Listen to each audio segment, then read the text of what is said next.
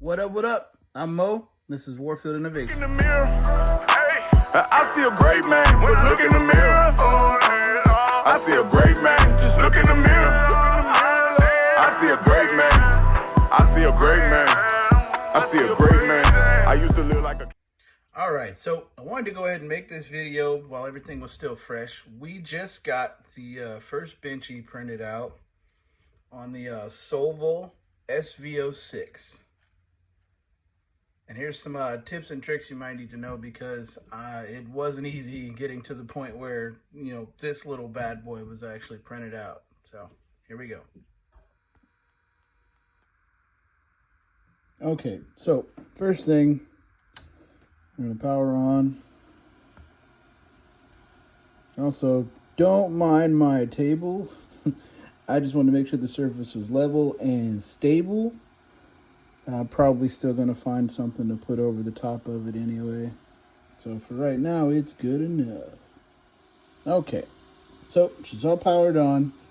And what I wanted to go over first was the initial problem I had. And you could probably already see here, that's where the actual tip of the extruder was digging into the print bed. And I left it just to see if I could still get a good print after that, and I was able to. So if you did do that by accident, don't worry about it, you'd be okay. So the main problem I had was the extruder, even after setting itself, I think it's a standard 10 millimeters from the print bed. I set my Z offset, and you'll see in the settings it's a probe Z offset, and you're supposed to get it down to, most people said like a 0.2 or minus 0.02 from the bed, and it was still trying to start printing from way higher than 0.02 millimeters. So the first way, no, I shouldn't say the first way, the actual way to fix that is like this. You go to bed leveling, probe Z offset, and see mine ended up being minus 1.990. That's where it ended up. So what you don't want to do is what I did, and I moved these down manually after moving it all the way, moving the extruder all the way down towards the bed. You don't want to do that because, and I figured it would do this, but the computer, the laser in there won't actually understand that it's not that close to the bed anymore, and it'll actually try and go, you know, further than it really can. Which I figured that could happen, but I was at my wit's end, so I figured I'd see what would happen. Okay, secondly, if you're having this problem and you've already run all your setup, your calibration, you know, your auto home, all that, then this is what you need to do if you're still having this problem. You know, i.e. your extruder is floating higher than your print bed and it's trying to print from too high up. So from the beginning screen, you want to go down to prepare, and then you move down to move axis. You would go down to your Z axis because, and this actually applies to if you're having an opposite problem, even though I couldn't see how. Your Z axis is going to be your, you know, vertical. You click on there, and then it gives you the option to move it by the different increments. So depending on how high your extruder is from the print bed, you know, that determines how you move it from there. So, you know, just click on one or the other, move it all the way down to the bed to where it's, you know, that height that the instruction booklet says you should be able to move a piece of A24 paper under it and get just a decent amount of drag. Then go back, all the way back. Then you go back to bed leveling, and what I found worked the best was I did auto Z align first. Then you're going to skip probe Z offset because you don't want to do that yet. You want to do the auto home next. And then it's going to do its thing where, you know, it goes up to the top, comes back down, all that goodness. And then what you'll do is, depending on where your extruder ends up, then you go down to print Z offset and you adjust it to where you get, you know, whatever it is that gives you that right amount of drag above the print bed.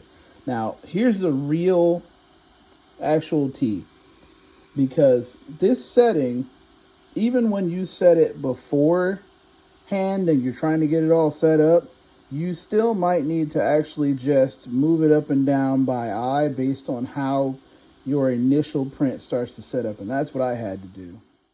So all of that should get you to about this point. Now I wanted to add this because I also thought maybe I might have had an issue with these settings based on the fact that once I got my bed height set from the extruder, I still had a little bit of problem with it, the initial part sticking to the print bed. So I opened up the settings, and if initially it had it set to a 0.2 millimeter nozzle, and something like over here where it says dynamic quality to the right, it said like ultra, which was trying to print extremely, extremely fine. So I set that to dynamic, and it wasn't happy about it, but I just overrode the profile and saved it anyway. And, you know, so it was good after that.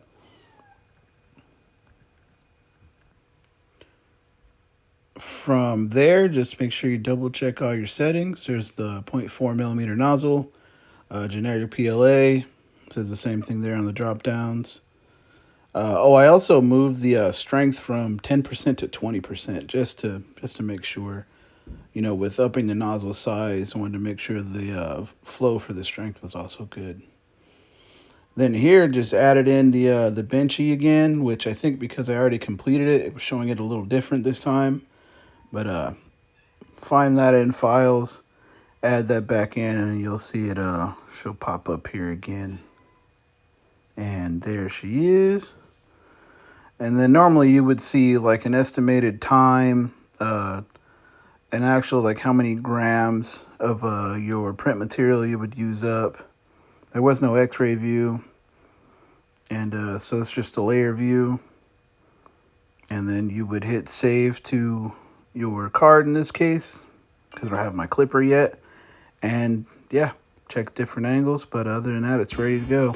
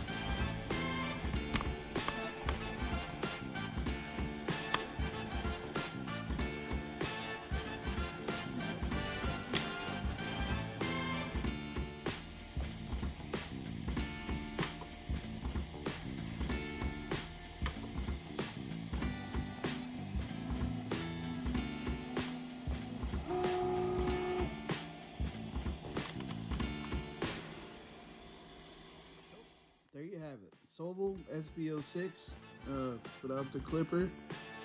Benchy done. And helped out with just a little bit of troubleshooting. If you had those same problems, I really hope that helped you get past it. Because even though this video is pretty short, realistically that took me probably about 4 hours to get all the way through that, figure everything out, and finally get it printing correctly. So until the next video, where we're going to be using LiDAR with an iPhone to hopefully take some scans of what I actually want to be printing, not just digital bad guy. Alright, until next time, this is Warfield Innovation, out!